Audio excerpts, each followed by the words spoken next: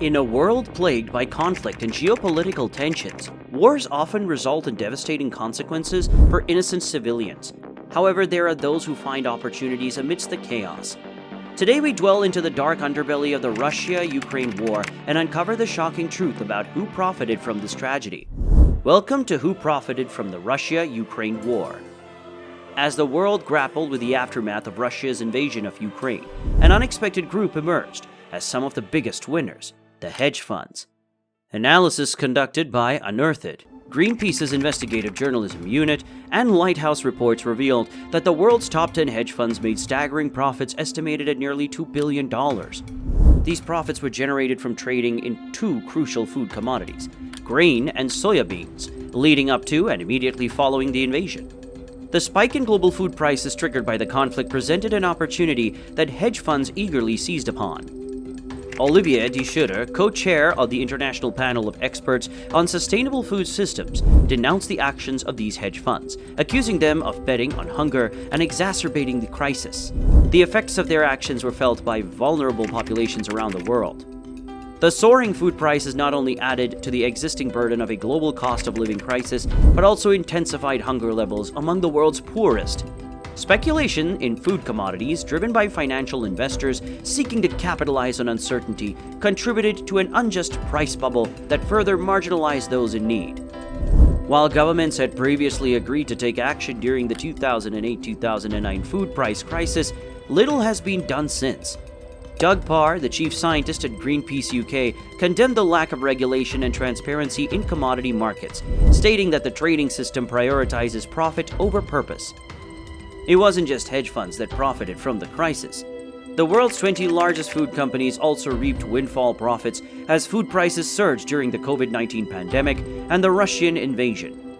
These companies delivered a staggering $53.5 billion to shareholders in the last 2 financial years. Davy Martins, a campaigner at Greenpeace International, expressed outrage at the enormous transfer of wealth to a few rich families who control the global food system. He called attention to the fact that these companies could use their profits to alleviate the suffering of millions, highlighting the injustice and immorality of their actions.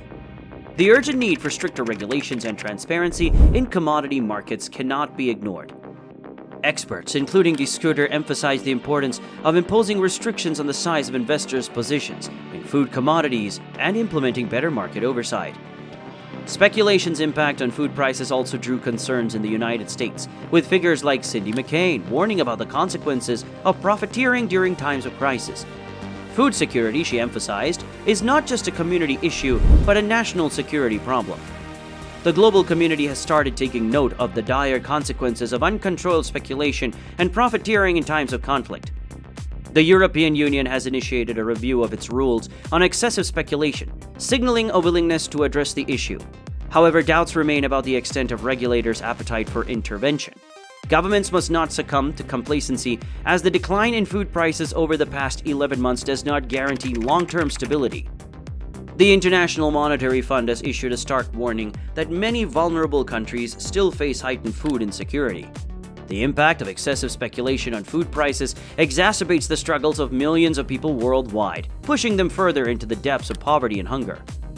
Olivier de Schutter emphasized that when it comes to food, we cannot afford to tolerate speculation-driven price volatility. Urgent action is required to prevent profiteering from further endangering lives. Stricter regulations, including comprehensive reporting and transparency requirements for commodity trades, must be implemented. While the financial world reaps profits, the defense industry is not far behind.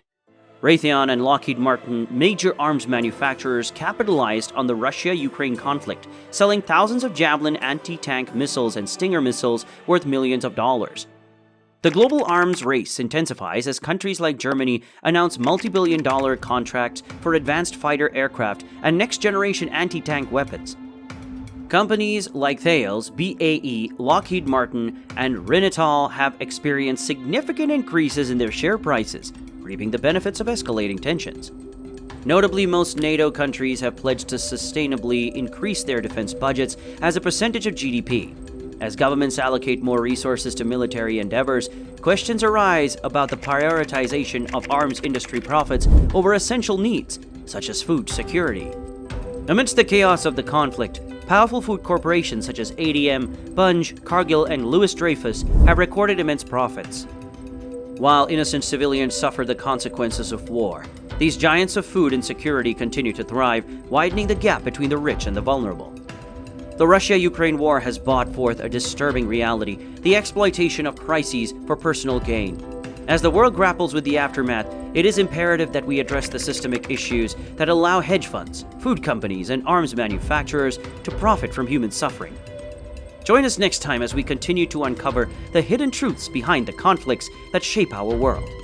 In the search for justice and accountability, we strive to shed light on those who profit from the darkness.